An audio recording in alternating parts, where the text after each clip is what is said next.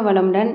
இப்போ வந்து நமக்கு வந்து பார்த்துக்கிட்டிங்கன்னா, பட்டி தைக்கும்போது பட்டி ஸ்டிச் பண்ணும்போது பார்த்திங்கன்னா, இங்கே வந்து உங்களுக்கு கட்ட நட்டையா வரும். அதாவது ஏத்த இறக்கமா வரும்.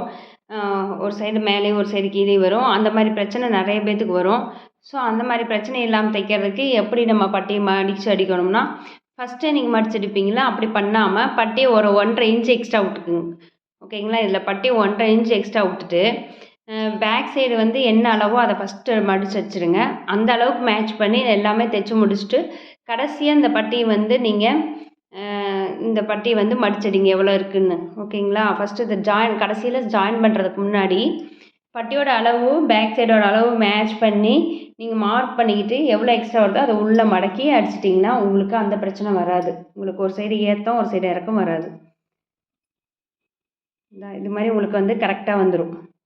ஓகேங்களா? தேங்க் யூ ஃபார் வாட்சிங் திஸ் சேனல்.